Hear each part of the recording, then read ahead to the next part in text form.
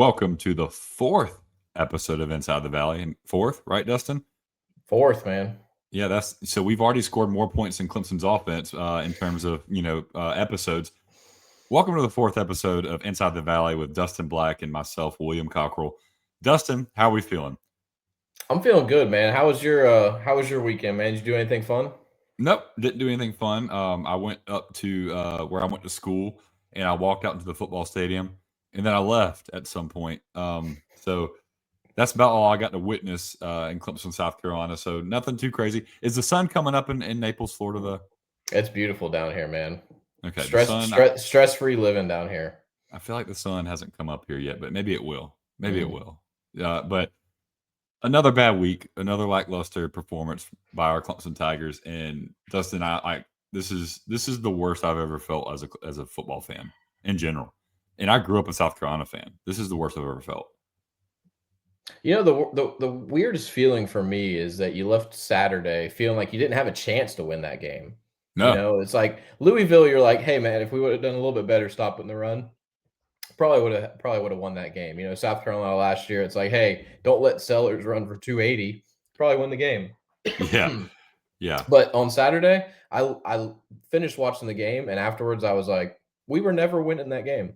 yeah. Even the Georgia Tech game and the LSU game, you're like, there's a chance. There's a Right. chance. Like you said, Pitt. I mean, we ended up winning Mhm. that game. That was a game where like, oh my gosh, this could get ugly fast. And even So Texas, you have the big second half, and you're like, man, we're coming back. We're on the goal yeah, line, about to cut it to a 7-point lead, and then you know what happened happened, yeah. but just didn't ever feel like you had a chance on Saturday. Y'all see what y'all are doing to my boy Dustin right now? He can't even I'm get his getting voice out. choked He's so up. I'm emotional. getting We're getting choked choked up. up. Hey, listen, we had to bust beer out for this episode. Dustin, what you drinking, man?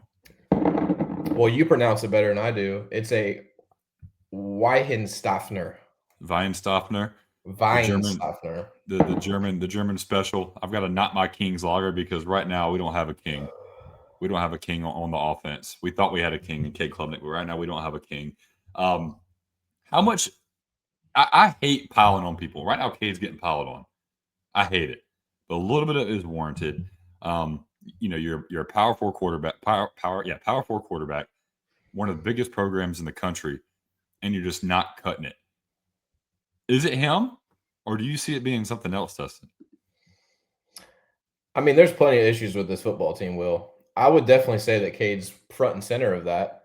Um, you see this thing, not to go on a tangent, but when you watch the NFL on Sundays, what happens sometimes is they have to play a backup quarterback because the starter gets injured. And Mm-hmm. what happens is the backup quarterback can go win you 3 or 4 games. Now, the reason why that happens most of the time is because that team, everyone else around that backup quarterback elevates their game, right? Yep. And then wills their way to a victory. They know they have to be a little bit more detailed in their prep. They have to play a little bit harder just to make up for the loss of a quarterback, right? But the opposite of that is sometimes you see quarterbacks that just play way too many games in the NFL, and teams are ready to move on from a quarterback. Teams are ready to, see what the backup can do. And you see teams quit. You see teams that have been driving the facility all week knowing that they're not going to get the quarterback play Yeah. that they need to win. And so it's hard to prepare for a game. Mentally, it's exhausting. And I think that's a big effect on, the team in general with Cade is that, they see practice. I mean, Dabo can come to the media and say whatever he wants. And if he wants to gaslight the fans or lie to the fans about how well he's played all summer and into the fall, but you don't lie to the players. The players know, right? Yeah. And to me, when I see these players, I just don't think they're fighting as hard as they can. And I don't, I'm not saying that's all Cade. I mean, I definitely think that there's a litany of things going on as far as chemistry of this football team, but I just Well, I don't think they're fighting hard for Cade is how I'll frame it.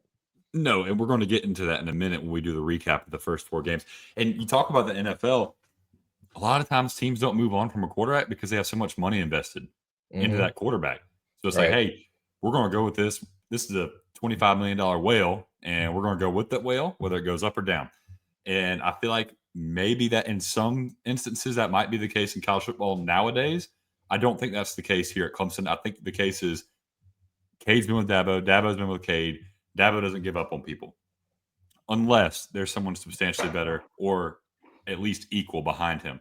Uh, you go back to Cole Stout and Deshaun Watson. When we watched that, I mean, I was right there watching the quarterback battle play out, and Cole Stout wins the quarterback competition going into Georgia. And you're like, well, I mean, he's been here, he's the senior. Dabo tells us, hey, if the senior and the freshman are even, I give it to the senior. And then we're still at practice. We're like, are you sure they're even? Yeah. The Georgia game, you're like, Deshaun throws his first pass, and it's a dart to Sharon Peak for a touchdown. You're like, they ain't even. Right. Close. They're not on the same planet. But Dabo does realize that year in 2014, there's a lot of similarities between this year and 2014. Except we don't have an injury at quarterback. But if there was a guy behind Cade, I think we'd have seen him by now. I don't think Chris Vizina is the guy. And I think they all realize that, and they're just hoping that Cade gets it. Right. Or they can adjust something here, there, and they figure it out because this guy's coaching for his job. He's coaching for his pride. He's coaching for his ego. The offensive coordinator sure as hell is coaching for his job right now. He's not putting two out there if there's a better option or an equal option or a slightly lesser option. So there has to be such a massive drop off between number one and number two. And you know what the hardest thing to develop is in the NFL? A quarterback. So come to college football, the hardest thing to develop is a quarterback. In the last 8 years of Clemson football, I'm being a little hyperbolic, so it's been since 2021. The last 4 years, I'm double. Mm-hmm. You've seen DJU and you've seen Cade Klubnik. And both those guys, 5 stars, number one or number two in their recruiting class, respectively, definitely in their position group, and nothing. Is it mental? I mean, what is it? And both these guys are COVID guys. Does that play a role? This stuff is just mind-boggling to me. Actually, no, DJ was not a COVID guy. I take that back. But this is just mind-boggling to me that you have these guys because from the shoulders down, Cade's a great quarterback. He's got a great arm. He can make any throw on the football field, just like DJ could. He can run. He's got a great build. It's all up here. And is it confidence? Is it processing? I don't know. From a fan's perspective, it looks like he's got no swag, no mojo. And to play quarterback, you got to have a little bit of piss to you. Mm-hmm. So I don't see any of that coming from him. I feel like he's reeling. I feel like he's trying too hard. You watch the Eric McLean tapes and you just see he's second guessing himself. And that's someone who's playing without confidence. That's not someone who's not able to process. He just doesn't trust himself right now. And Garrett Riley, that's on his ass. I mean, you're the offensive coordinator and the quarterback coach. You've got Taj Boyd sitting in the same locker room, in the same quarterback meeting room. How does he not trust himself? Right. I think it's pretty simple too. Like if you look at Cade and you look at what his skill set is, he's just not an air raid quarterback. Like if you're trying to run an air raid offense, I don't view Cade as an air raid guy. If you want to see what an air raid quarterback looks like, go look at Josh Hoover. Yeah. Right? Go watch Josh Hoover play quarterback and tell me what the difference is between him and Cade. Now he's a much more better decision maker and he's probably got a stronger arm. I love Josh Hoover personally. Me too. But I just don't think that's the system for Cade. I almost view Cade, and I don't want to be disrespectful to JJ McCarthy, national championship winning quarterback from Michigan, but that's kind of who he is, right? Average arm, good playmaker. Probably needs to hand the ball off more than he's throwing it. I mean, that's just who he is. And it's not I'm not saying that to be a knock on him. It's just, I don't think he's running the system that fits his skill set best. He fits a pro style, maybe West Coast style offense. And you can disrespect JJ McCarthy. You can call him a national championship quarterback because he is. That defense and that running game is what won in that. I mean, yes, he did make some big plays in the national championship. Oh man, JJ McCarthy was great on third down that year. But you know what else Cade can do? Cade can make some freaking plays when it matters, and we've seen it happen. JJ McCarthy is the perfect comparison. Dustin, hats off to you on that one. That's spot on. That's just how I view him as far as the system goes. I mean, like I just don't think I'll say this.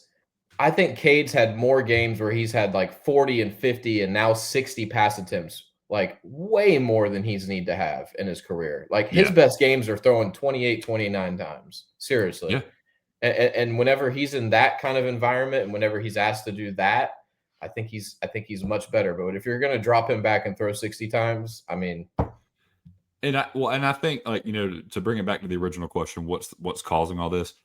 I think it's completely unfair to just blame Cade, and I think you'd also be overlooking the plethora of other issues we have going on, similar to what you said. Coaching malpractice, putting guys in the wrong situation, not adapting to what you have on the football field, guys missing plays, and we'll talk about that later. So let's rip this Syracuse Band-Aid off so we can go into the bigger boo-boo, and that being the recap of the first 4 games. So, Dustin, did you see anything good in the Syracuse game? Jack Smith was electric again. We got a punter. We got a freaking punter. But then we have 4 guys around where the punt lands, and we still can't get it inside the 1-yard line. You know what I mean? Like, I've heard that place boo. That is the loudest I've heard that place boo when we couldn't do that right. Do you know how disheartening that was? I mean, it was such a beautiful punt. It was perfect, and you're like, oh man, it's popped up in the air. Like, this is a layup. There's 4 guys around. Touchback. Jack Smith is sitting in the locker room saying, "I didn't lose. Y'all lost. I'm doing my job." Yep. But go ahead. No, I thought Randall had another good day. 130 yards. Yeah, I think that, offensive line is okay. I mean, they're dropping back into pass protection 60 times. What do you expect? I mean, and they're only giving up 1 sack a game. They're only giving up 1 sack a game. And same with Cade. I mean, you drop back 60 times and you only throw 1 interception. Like, that's pretty good. And that was I'm pretty sure it was a 4th down play. Like, let's force it. Yeah, it was. It was a 4th down, had to have it. So, I mean, like, that's good, I guess. The thing that stinks is Randall has a great game and fumbles. You hate that for the kid because I'm never going to put any blame on that loss for Randall ever. But yeah, it's just, what do you say? I mean, like, you got your butt kicked defensively, and offensively, you didn't do enough. Yeah. I mean, I talk about the second half, we had 8 drives with 1 touchdown. 8 drives. We weren't going 3 and out in the second half. That's what's crazy. We weren't going 3 and out, and we had 1 touchdown and 8 drives. I think there was 2 or 3 times that we went for it on 4th down and didn't get it. I mean, I might have an aneurysm on here. The worst part of this game, Dustin, I'm going to go straight to the ugly. The worst part of this game was giving up 328 yards in the first half to freaking Syracuse. Yep. I know we were coming into this game as a middle-of-the-road defense, but 328 yards in the first freaking half to Syracuse, I don't care who you're playing. That is absurd when you're freaking Clemson. That cannot happen. It cannot happen. We go and get Tom Allen out of Indiana, and nobody wants to put any blame on him right now. 328 yards in the first freaking half? What are we doing? Yeah, one of the most shocking things, I guess, of this season, not so shocking after seeing it for 4 games, is that teams are running right at TJ Parker. Last year it was like, oh, they've got Denhoff, they've got Jaheim Lawson lined up opposite side of TJ Parker at sometimes. Yeah, we're going to run at that guy, right? Let's run away from TJ Parker. Now they're looking at Will Helt like, let's avoid that guy's side. Let's run right at TJ Parker. And he hasn't showed up. Missed the tackle on the second play, goes for 30-something yards. He's the read defender on that red zone touchdown. I mean, it's just it's bad, man. He just doesn't look like himself at all. Yeah, and Dabo called him out. Thank God. Called him out in his press conference and said, 3's got to be better. He makes that tackle. It's a tackle for loss instead of a 32-yard gain. I mean, and you're supposed to be a top 5 pick, buddy. And you know what? The speculation, we'll talk about this more later too. The speculation is that some of these guys have quit. If TJ Parker has quit, I hate to tell you, your draft stock will plummet. It will plummet. They will not go off your sophomore tape. So go ahead, give up on the year. You better hope you have a hell of a combine and have hell of great interviews, because you will plummet in the draft. I mean, and the difference between a top 10 pick and a late first round to second round pick is substantial money, Dustin. Substantial money. I'm talking the first 5 picks are making in the 20 millions, and at the end of the draft, you're making $2, $3, $4, $5 million on your first contract. That is almost a $20 million difference. But go ahead, take some plays off, give up on the season. That's what I It's all wonder too. speculation. I know. Well, this is what I wonder too is how much of this is their handlers and agents, putting stuff in their ears and putting stuff in their head early in the season. I mean, you want to blame Dabo, you want to blame the position coach, like that's fine. But if you got agents and handlers for these kids, kind of getting in their head, saying, "Hey, take it easy out there, right? You're 1-2. You don't want to have any major injuries. They You better got you switch it up got now. yeah, you got to go play the game, but hey, like, you're solidified. Don't need to go out there and kill yourself. You just They wonder better if that's the case nowadays. I mean, it's a completely different world.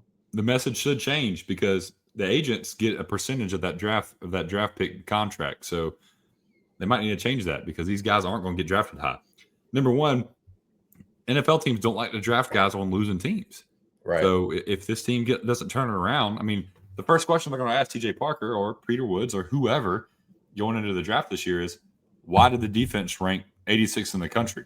Show me what you were doing on this play. They're going to pull up the bad tape and have them explain it. The eye in the sky don't lie, Dustin. So these guys better turn it around. If they've got any piss to them, they got to turn it around. I'm with you. 328 yards with a freaking tenured defensive coordinator. Tom Allen, the jury's still out for me. Right now, I'm borderline he sucks. But Right. I'm not going to go there yet because it's been 4 games. I'm not going to go there that with the entire team because it's only been 4 games. We've got time. I know I said this last week. There's a lot of time to right the ship. Whatever that looks like, I don't know. My expectations for the ship being righted is no longer what it used to be. It's not a national championship. It's not making the playoffs. This team needs to play with some confidence and give some life to the fan base. Mm-hmm. It sucks watching this team play right now. It sucks. There's nothing enjoyable about it. Yeah. Well, I mean, Tom Allen, I'm kind of on the fence too. I'm kind of leaning towards he wasn't the right hire. I mean, basically, the hire you made needed to come in and improve the defense immediately. Like this was supposed to be your money year. This was supposed to be the year you compete for a national championship. So it needed to be a quick fix, and it hasn't been, right? No, and I'm not saying worse. And I'm not saying, it's his fault the players have quit and all that stuff. But there's multiple times where we've seen him just put people in bad positions. We talked about it with Jamal Anderson in the Troy game where he just gets put in a bad position and a running back runs right by him. Ricardo Jones, he's one-on-one with the guy on Saturday, can't run with him. The dude created 5 yards of separation, right? Yeah. So why is Ricardo Jones guarding that guy one-on-one on an island, right? And if that's a miscommunication in the secondary or whatever, or if you're expecting Ricardo just to, run with them, like that's being a bad defensive coordinator, right? But on the flip side, if you want to play devil's advocate, the whole reason those things are happening is because you're having to commit more numbers to stop the run, right? Yeah. If you don't have to commit the numbers to stop the run, maybe you don't play just with one safety all the time, right? That's true. And a lot of times I like to say, hey, the defense is struggling because they stay on the field because the offense won't give them any help. Right. First, Clemson didn't touch the ball until 7 minutes in the first quarter. So 4-minute drive, 3.5-minute drive, 3.5-minute drive, 3.5-minute drive.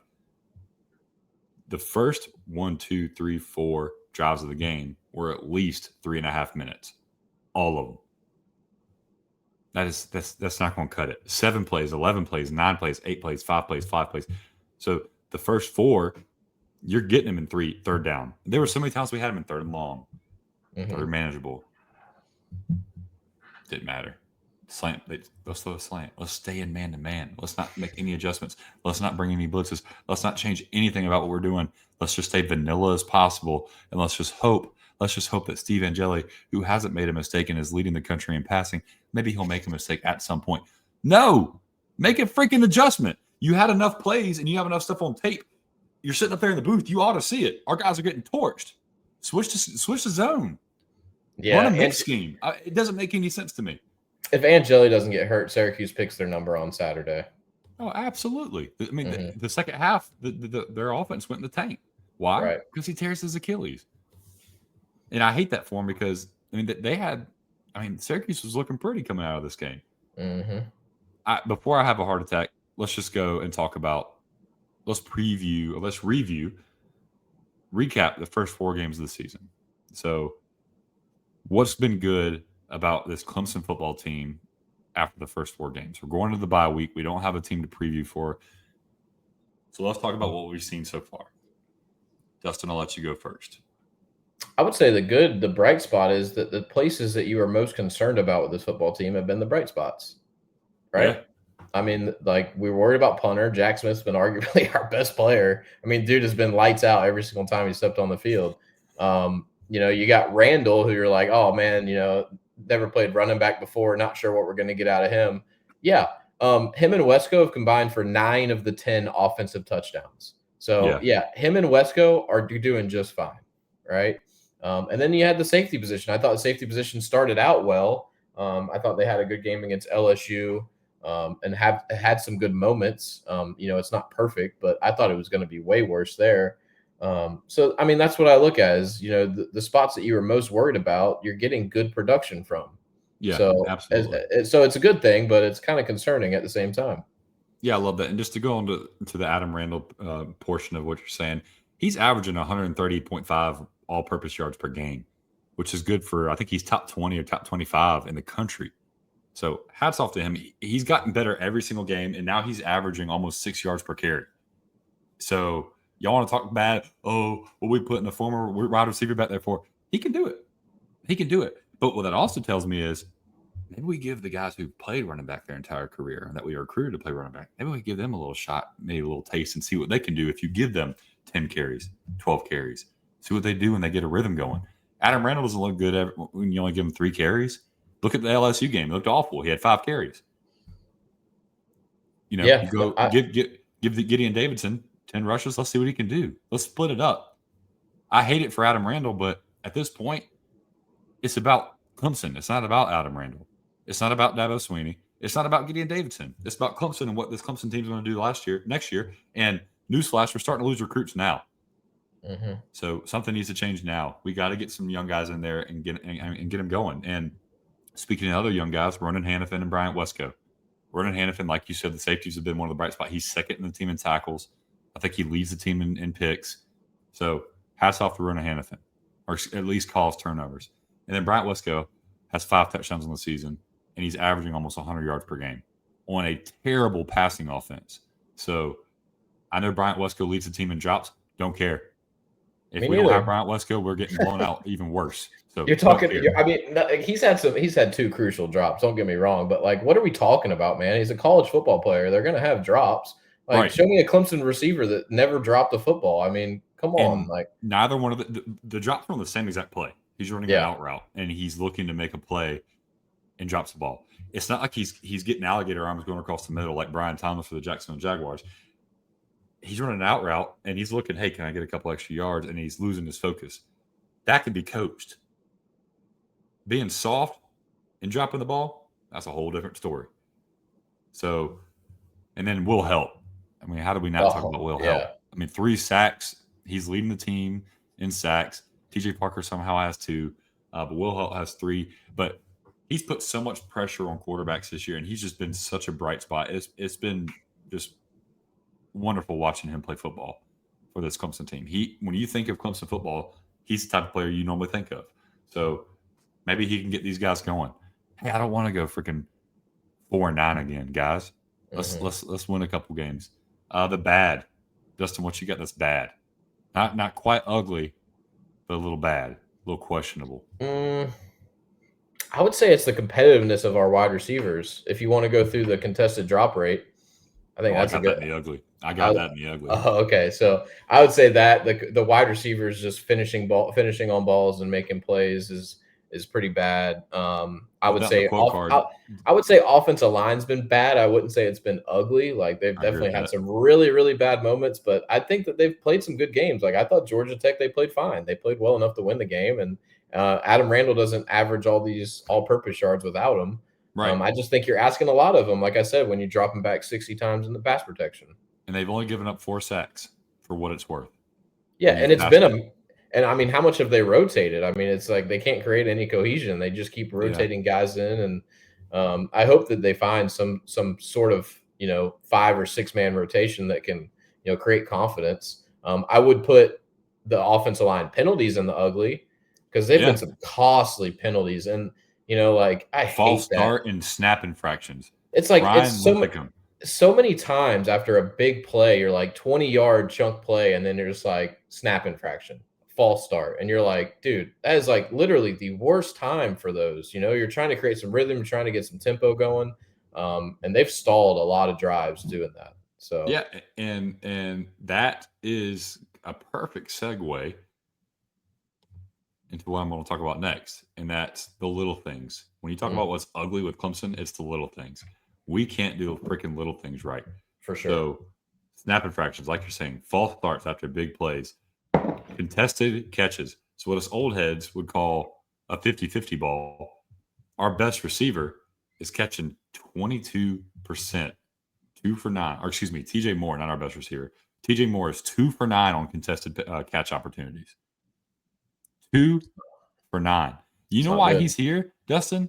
You know why TJ Moore is at Clemson? Because he's a playmaker when you put the ball in the air. 2 for 9 is not a playmaker. Hell, I might be able to go out there and catch 2 for 9.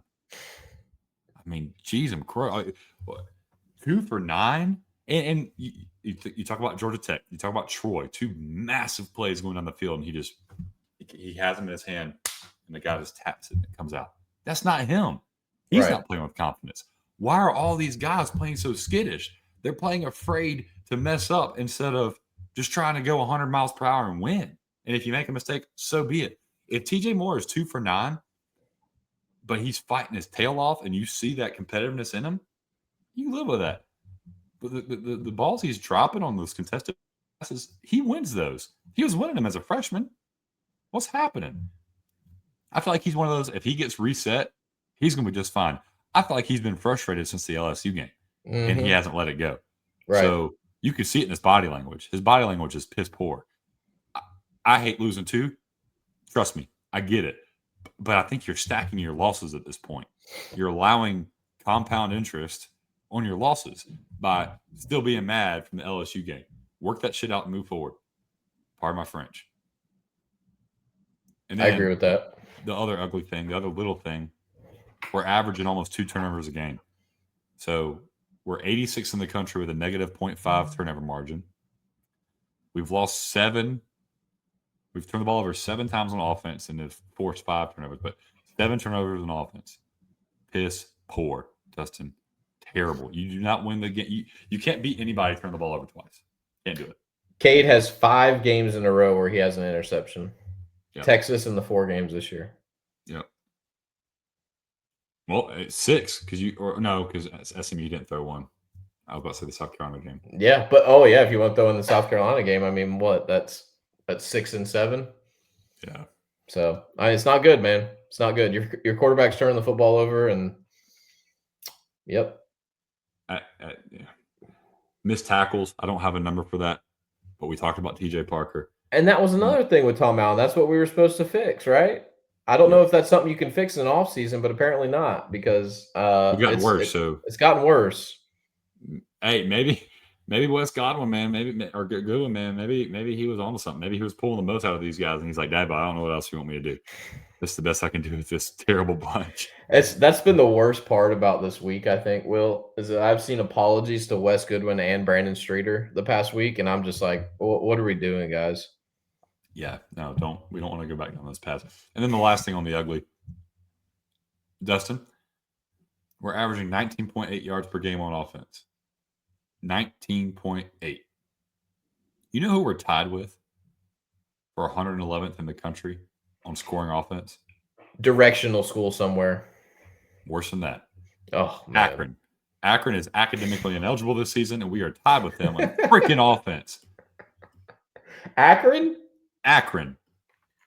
The Zips have the same caliber offense that freaking Clemson University has. That's embarrassing. That is embarrassing. Akron. Dustin, they are academically ineligible this year. These dudes are playing for nothing but the love of the game. There's nothing to play for. You just got to laugh, man. I don't know what to say. Me neither. What part of academically ineligible and Akron and Clemson, how are all those things similar? It makes me want to vomit. We used to go out in a quarter and score 19 points. We used to score 19.8 points per quarter. In the middle eight, we used to average 19.8 points in the middle eight. I might lose it. I probably should have. I might lose it. Dustin, is there anything else you want to add on the recap of the first 4 games? Not really, man. Let's flush it and move on. Let's flush it and move on. That's the best thing about it. Hey, you know what? So I'm an optimist. Dabo's taught me to be that way. I'm always going to be that way. I'm always going to try and see the best in what we got. It can't get much worse than where we're at. It's happened. You can't redo it. All we can do is move forward. On to UNC. So we got a bye week to get our minds right. We got a bye week to listen to all the noise, and we'll see who's got it in them. Well, you say you're an optimist, but I have a problem, Will. I legitimately think that Clemson's going to go beat the hell out of UNC. I really do. Like, I think they're going to come out of the bye week and it's going to be ugly. Dustin, I hope you're right. I seriously do. Like, I'm not trying to be funny. Like, I really think, like, I know stats and stuff don't really matter with this team, right? But, like, I'm looking at UNC. They have not gained over 225 yards of offense against a Power 4 opponent this year.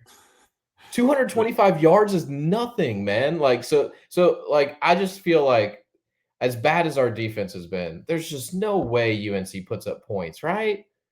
Like, there's just no way unless Max Tom Brady Johnson comes out there instead of Gio Lopez, and then we might be screwed. You know what they have that we don't have? What's that? Jordan Hudson. Yeah. Well, Ludicrous is about to be playing at 8 a.m. in Chapel Hill. This is where we're at. Dabo Swinney and Bill Belichick in the worst college football game you've ever seen. Yeah. Can't wait, man. Honestly, I hope you're right. My logical brain is saying I'm not ready to trust that. I might be there next week. And because the past couple of years, we've struggled coming out of the bye. I mean, I hear that, but there's going to be changes. Like there's going to be changes within with like the play calling or something. Like, I don't know. I don't have any inside knowledge on who's going to be calling plays at UNC. It's going to be different. I'm telling you, like from both sides. Dabo is not the kind of guy to just sit on his hands. I know people that say he's stubborn. I get it, but like, something's going to change. He's not stubborn in the ways people think he is. Correct. Yes, I guarantee it. Things are going to change. I'm telling you what's going to happen this week. There's going to be some major evaluations on who is getting run out there and what the snap counts are. Mm-hmm. And I guarantee it, you're going to see some guys who weren't getting opportunities. We will see Tristan Smith next week. We will see Gideon Davidson next week. We will see Jaheim Lawson a lot more than we have. We will see TJ Parker lose snaps. It's going to happen. Dabo, if you want to knock him for anything, that dude is not afraid to punish a star. I've talked about the story on the national championship. I've seen the dude suspend players for big-time games. I've seen Sammy Watkins get suspended for big-time games. I've seen Martavis Bryant get sent home for the Chick-fil-A Bowl. I've seen guys get sacked because they didn't show up to freaking tutoring in a big game that we're about to play against freaking Florida State. Mm-hmm. He'll sit him. So if he's going to sit him for that, you best believe he's going to sit somebody for sucking.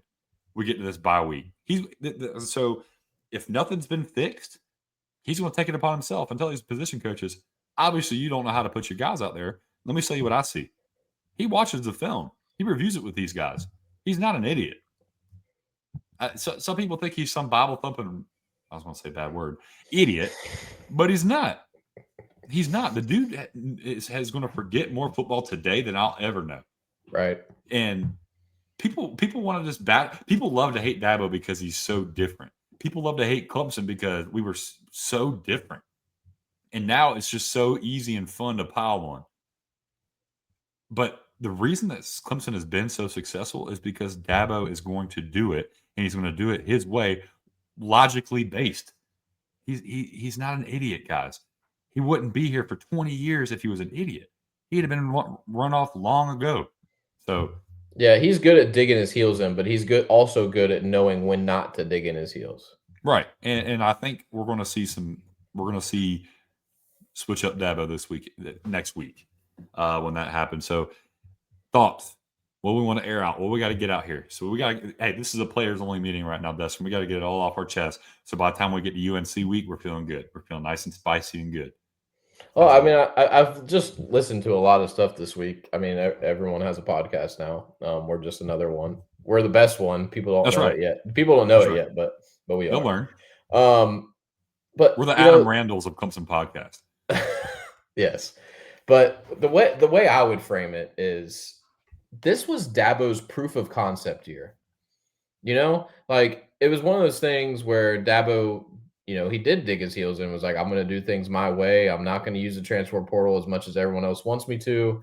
We're still going to graduate our players. That's still going to be our main focus. I'm going to develop my players, right? I'm going to focus on development and being a developmental program. And he was allowed to do this ever since Preventables left. He's been hiring his own coaches, fixing some of the staff along the way, little by little, hiring better coaches. But you get to 2025 and you look at the roster and it's like, all right, this has Dabo's handprints all over it, right? You got some position coaches that you've invested some time in. You've got some hot shot coordinators. Riley was a great hire at the time. I don't care what anyone says. Anyone would have hired Riley after that TCU national. Everybody was excited about him when he came out. And if you say you weren't, you're lying. Yeah, Tom Allen was I mean, sorry we didn't get Jim Knowles. I don't know who else hired a better defensive coordinator last year. Look at the guy Notre Dame hired, doing much worse than Tom Allen. But anyways, so the way I just view it is like this was his proof of concept year, and it hasn't gone the way that any of us thought it was going to go. Hasn't gone the way that Dabo wanted to go, and that's probably the most disappointing. But it's something that's going to drive change, right? Because this was your year to prove that your way works and it's not working.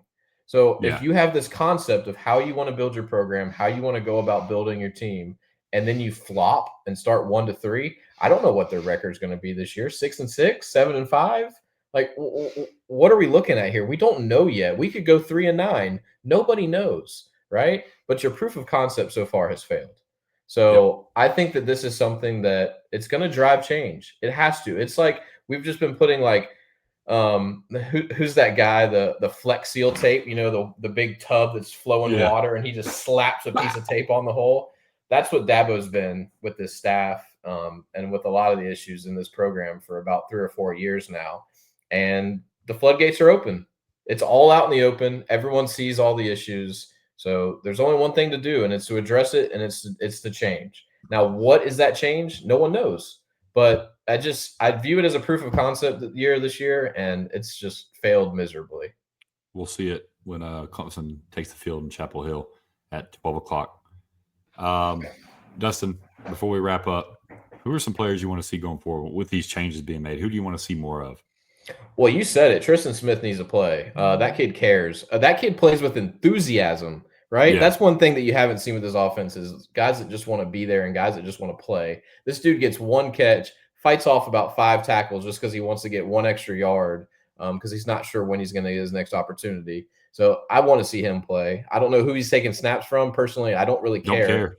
Get that guy on the field. And then Braden Jacobs, right? I mean, I know that this is not meant to be a Tristan Lee slander, but we both kind of agree in the fact that we think he's a guard. He's not a tackle. So just slide Lee to guard, play Braden Jacobs at left tackle, let him go through his learning curve of being a freshman and playing his first snaps as a college freshman this year rather than next year.